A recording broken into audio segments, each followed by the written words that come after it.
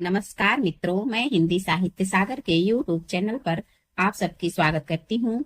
पिछले वीडियो में हमने अपभ्रंश साहित्य को पढ़ा था और आज हम उसके आगे का पढ़ेंगे और आगे का अच्छे से पढ़ेंगे और समझेंगे। और हाँ, उससे पहले जिन्होंने मेरे चैनल को सब्सक्राइब कर लिया है उसको बहुत बहुत धन्यवाद, और जिन्होंने नहीं किया है वे जल्दी से जल्दी सब्सक्राइब कर ले ताकि मेरे चैनल के माध्यम से जुड़कर सरस्वती पांडे गोविंद पांडे जी की पूरी पुस्तक को पढ़ सकें। तो चलिए बिना देर करते हुए हम आगे का पढ़ना शुरू करते हैं। तो मिस्र बंधुओं ने मिस्र बंधु विनोद के प्रथम संस्करण में आरंभिक काल 700 से 1444 विक्रम संवत के अंतर्गत 19 कवियों को स्थान दिया है। कितने कवियों को? तो 19 कवियों को स्थान दिया है। ये 19 कवि इस प्रकार हैं। पहला है कुस्य या पुंड, इनकी रचना अज्ञात है, 770 विक्रम संवत। दूसरा है अज्ञात कवि, इनका रचना है खुमान राशो, 890 विक्रम संवत। तीसरे हैं नंद कवि, रचना अज्ञात है और समय है 1137 विक्रम संवत। चौथा है मसऊद, रचना अज्ञात है और 1180 विक्रम संवत है। पांचवा है कुतुब अली, रचना इनका भी अज्ञात है और 1180 विक्रम संवत। छठा है साईदान चारण, इनका रचना है संवत्सार, 1191 विक्रम संवत। सातवां है अकरम फैज, अकरम फैज का है वर्तमान, इनकी रचना है वर्तमान, 1205 से 58 विक्रम संवत। आठवां है चंद, इनकी है पृथ्वीराज रासो, 1225 से 49 विक्रम संवत। नौवां है जगनिक, जगनिक का है आल्हा। 10वां है केदार कवि, इनकी रचना अज्ञात है, नहीं है। 11वां वारदर वेणी, अज्ञात है, समय है 1225 विक्रम संवत। 12वां है जलहन। 13 है भूपति, भूपति का है भागवत दशम स्कंद भाषा, 1344 विक्रम संवत। 14 है नरपति नाल, इनका है बीसल देव रासो, 1354 विक्रम संवत। 15 है नल्ह सिंह, नल सिंह का है विजयपाल रासो, 1355 विक्रम संवत। 16 है सारंगधर, इनका है हमीर काव्य, समय है 1357 विक्रम संवत। 17 है अमीर खुसरो। 18 है मुल्ला दाऊद, इनका है नूकर चंदा की प्रेम कहानी। 19 है गोरखनाथ और इनका 40 ग्रंथ है, समय है 1407 विक्रम संवत। मिस्र बंधुओं ने अपने मिस्र बंधु विनोद के अगले संस्करणों में नाथ पंथियों और सिद्धों को सम्मिलित करते हुए इस काल में कवियों की संख्या जो है 75 तक पहुंचा दी है। तो प्रथम संस्करण में हम लोग पढ़े थे 19 कवि को बताए हैं, और फिर अगले संस्करण में नाथ पंथियों और सिद्धों को सम्मिलित करते हुए इसकी संख्या जो है 75 तक पहुंचा दी है। आचार्य रामचंद्र शुक्ल ने अपने इतिहास में आदिकालीन रचनाओं को 2 वर्गों में विभक्त किया है। आदिकालीन रचनाओं को कितने वर्गों में रामचंद्र शुक्ल जी ने विभक्त किया है? तो 2 वर्गों में विभक्त किया है। पहला है अपभ्रंश और दूसरा है देश भाषा यानी बोलचाल की रचनाएं। आचार्य शुक्ल ने निम्नांकित 12 रचनाओं को ही साहित्य में स्थान दिया। अपभ्रंश की रचनाएं हैं विजयपाल रासो, हमीर रासो, कीर्तिलता और कीर्ति पताका। ये 4 रचनाएं अपभ्रंश की है। तो इसको हम ट्रिक के माध्यम से देखेंगे कि हम ही विजय होंगे और हमारी कीर्तिलता फहराई जाएगी। हम से हमीर हो गया और विजय होंगे से विजयपाल रासो हो गया। कीर्तिलता और कीर्ति पताका फहराई जाएगी, तो कीर्तिलता और कीर्ति पताका। तो ये अपभ्रंश रचनाओं की ट्रिक है। अगर आपको इससे अच्छा ट्रिक आता है तो आप अपने ट्रिक के अनुसार याद रख सकते हैं। बस हमारा मकसद है कि हमें किसी तरह से याद होना चाहिए। ख है देश भाषा काव्य की रचनाएं। पहला है खुमान रासो, बिसल देव रासो। तीसरा है पृथ्वीराज रासो। चौथा है जय चंद्र प्रकाश। 5वां है जय मयंक जस चंद्रिका। छठा है परमाल रासो, जिसका आल्हा का मूल रूप है ये। 7वां है खुसरो की पहेलियां और 8वां है विद्यापति की पदावली। तो अगर हम अपभ्रंश की रचनाएं चारों याद किए रहेंगे तो बाकी जो रहेगा वो देश भाषा में आ जाएगा। तो ऐसे हम याद कर सकते हैं। आगे है आचार्य हजारी प्रसाद द्विवेदी ने आदिकाल के अंतर्गत 9 कवियों को शामिल किया है। हेमचंद्र गुजरात के सोलंकी राजा सिद्धराज जयसिंह और उनके भतीजे कुमार पाल के दरबार में रहते थे। आचार्य और व्याकरण का नाम सिद्ध हेमचंद्र शब्दानुशासन था।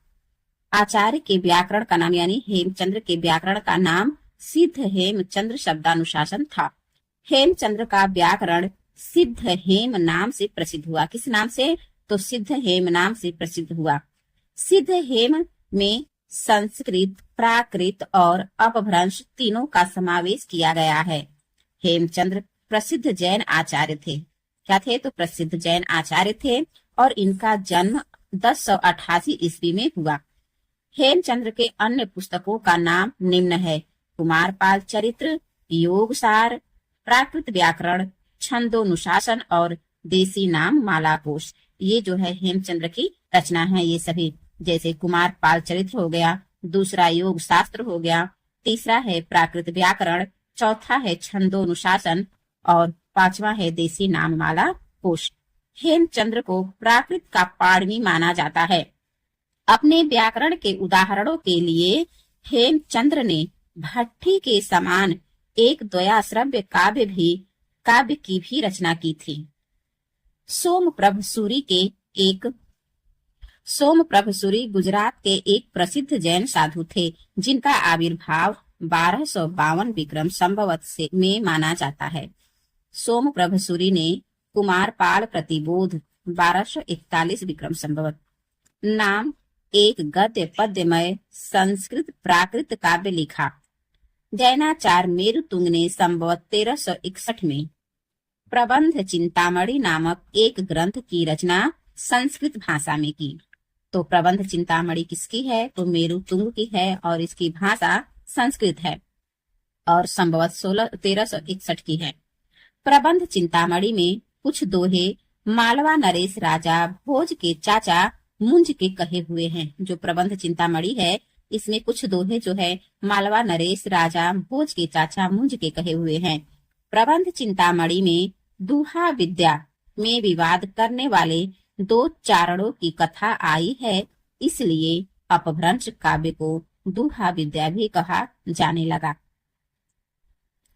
अपभ्रंश से पूर्व दोहा का प्रयोग नहीं होता था। लक्ष्मीधर ने 14वीं शताब्दी के अंत में प्राकृत पैंगलम नामक एक ग्रंथ का संग्रह किया। प्राकृत पैंगलम नामक ग्रंथ का संग्रह किसने किया है? तो लक्ष्मीधर ने किया है 14वीं शताब्दी में। प्राकृत पैंगलम में विद्याधर, सारंगधर, जज्जल, बब्बर आदि कवियों की रचनाओं को संकलित किया गया है।